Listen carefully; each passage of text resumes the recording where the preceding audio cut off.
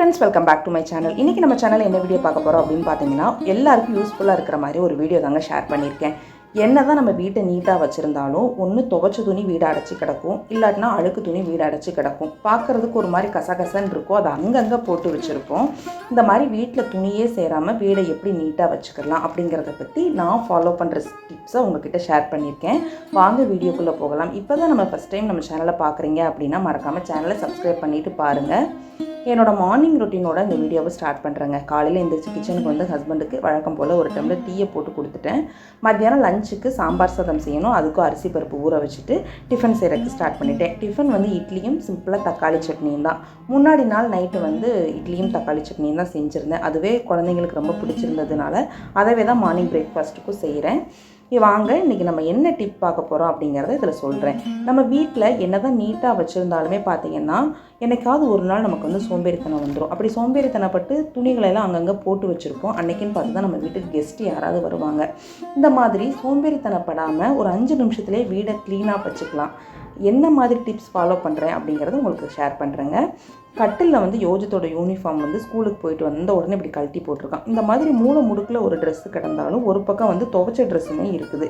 இது ரெண்டுமே இல்லை அப்படின்னா தலை துவைக்கிற துண்டு, கை துடைக்கிற டவலு அதையும் அங்கங்கே போட்டு வச்சுருவாங்க. இந்த மாதிரி இருக்கிற துணியை எப்படி க்ளீன் பண்ணுறது அப்படிங்கிறத காட்டுறேன். நான் வந்து இந்த மாதிரி பாத்ரூம்க்கு முன்னாடி ஒரு கூடை வச்சுருக்கேன். நம்ம குளிக்க போகிறதுக்கு முன்னாடி கலட்டுற துணிமணி எல்லாத்தையுமே இந்த கூடையில் போட்டு அப்படியே மூடி வச்சிடலாம். உங்களுக்கு வீடியோக்காக பாத்ரூம்க்கு முன்னாடி கூடை வச்சு காட்டியிருக்கேன். ஆனால் கூடையை வந்து வெளியில் துவைக்கிற கல்லுக்கிட்ட தான் வச்சுருக்கேன். பாத்ரூமில் குளித்தாலும் துணியை எடுத்துகிட்டு உடனே கூடைக்குள்ளே போட சொல்லிடுவேன். நம்ம துணி வாஷ் பண்ணும்போது அப்போ தான் எந்த துணியுமே மிஸ் பண்ணாமல் நம்ம எல்லா துணியுமே வாஷ் பண்ணுற மாதிரி இருக்கும். இப்போ வீட்டில் கை குழந்தை வச்சுருந்தீங்க அப்படின்னா நான் வந்து பார்த்திங்கன்னா கை குழந்தை இருக்கிறான். அதனால் சின்ன ஒரு டப்பில் வந்து அவனோட சின்ன சின்ன அழுக்கு துணியெல்லாம் போட்டு வச்சுருப்பேன். இது ரெண்டையுமே பார்த்திங்கன்னா துவைக்கிற கல்லுக்கு பக்கத்தில் தான் வச்சுருப்பேன். உங்களுக்கு துவைக்கிறதுக்கு ரொம்ப ஈஸியாக இருக்கும். வீட்லேயும் அங்கங்கே அழுக்கு துணி சேராமல் இருக்கும். கண்டிப்பாக இந்த டிப்ஸை வந்து நீங்கள் ஃபாலோ பண்ணுங்கள். ரெண்டாவது என்ன அப்படின்னு பார்த்தீங்கன்னா தலை துவைக்கிற துண்டு, கை துடைக்கிற டவலெல்லாம் அங்கங்கே போட்டுருவாங்க. தலையெல்லாம் துவைத்தினாலுமே பார்த்தீங்கன்னா அந்த டவலை ஒன்று சேரில் காய போடுவேன், அப்படி இல்லை அப்படின்னா பாத்ரூம் டோரில் வந்து காய போட்டுருவேன். அடுத்த டைம் அவங்களுக்கு அந்த டவல் எடுக்கிறதுக்கு ஈஸியாக இருக்கும். அதனால் இப்படி ஃபாலோ பண்ணும்போது கூட வீடு ரொம்பவே நீட்டாக இருக்கும்.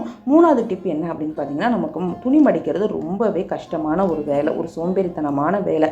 அந்த வேலையை நம்ம எப்படி செய்யணும் அப்படிங்கிறத வந்து இதில் ஷேர் பண்ணிக்கிறேங்க.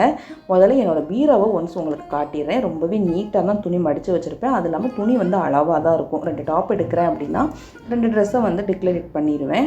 அந்த மாதிரி தான் என்னோடய பீரோவை வச்சுருக்கேன். உங்களுக்கு பார்த்தாலே தெரியும் எந்த துணி எங்கே இருக்குங்கிறத பார்த்தாலே கண்டுபிடிச்சிடலாம். இப்படி இருக்கும்போது பார்த்தீங்கன்னா கண்டிப்பாக துணியை இதில் திணிக்கணும்னு தோணாது. ஒன்ஸ் வந்து திணிச்சு வச்சுருந்தா கூட டைம் கிடைக்கும்போது எடுத்து எல்லாத்தையும் மடித்து ஆர்கனைஸ் பண்ணிடுவேன். நான் அந்த மாதிரி தான் பண்ணிகிட்ருக்கேன். நீங்கள் வந்து பீரோ துணியை ஃபஸ்ட்டு இப்படி நீட்டாக மடிச்சுக்கோங்க. நான் எப்படி மடிச்சிருக்கேன் அப்படிங்கிறத அடுத்து வர லாங் வீடியோவில் உங்களுக்கு ஷேர் பண்ணுறேன். பீரோ மட்டும் இல்லாமல் அது கூடவே பார்த்திங்கன்னா மீஷோவில் ஒரு ரேக் வாங்கியிருந்தேன். ஷார்ட்ஸில் கூட உங்களுக்கு காட்டியிருந்தேன் இல்லையா, அந்த ரேக்கில் வந்து டெய்லி குழந்தைங்க யூஸ் பண்ணுற ட்ரெஸ்ஸை வச்சுருக்கேன். அதாவது யூனிஃபார்ம், சாக்ஸு, டவலு, அப்புறம் வந்து லஞ்ச் டவலு, சின்ன பையனோட சின்ன சின்ன ட்ரெஸ்ஸு, ஸ்வெட்ரு, அந்த மாதிரி ஐட்டம்லாம் இந்த மாதிரி ரேக்கில் வச்சுருக்கேன். மற்ற துணியெல்லாம் பார்த்திங்கன்னா பீரோவில் தான் வச்சுருக்கிறேன். பிள்ளைங்க தான் துணி எடுத்து கசக்கி போட்டுருவாங்க. அதனால் கொஞ்சம் சோம்பேறித்தனம் படாமல் அவங்கவுங்க போடுற ட்ரெஸ்ஸை அவங்க கையில் எடுத்து கொடுத்துருவேன். அதனாலேயே பார்த்திங்கன்னா பீரோவும் சரி கபோர்டும் சரி ரொம்பவே நீட்டாக தான் இருக்கும். ஏன்னா இதை நான் மட்டும்தான் யூஸ் பண்ணுறேன். இந்த டிப்ஸ் வந்து உங்களுக்கு ரொம்பவே யூஸ்ஃபுல்லாக இருக்கும்னு நினைக்கிறேன். நான் இப்படி தான் வந்து ஃபாலோ பண்ணிகிட்ருக்கிறேன். கண்டிப்பாக இந்த வீடியோ உங்களுக்கு யூஸ்ஃபுல்லாக இருந்தால் மறக்காமல் ஒரு லைக் பட்டன் அமைக்கிருங்க. தேங்க்ஸ் ஃபார் வாட்சிங். இன்னொரு வீடியோவில் பார்க்கலாம்.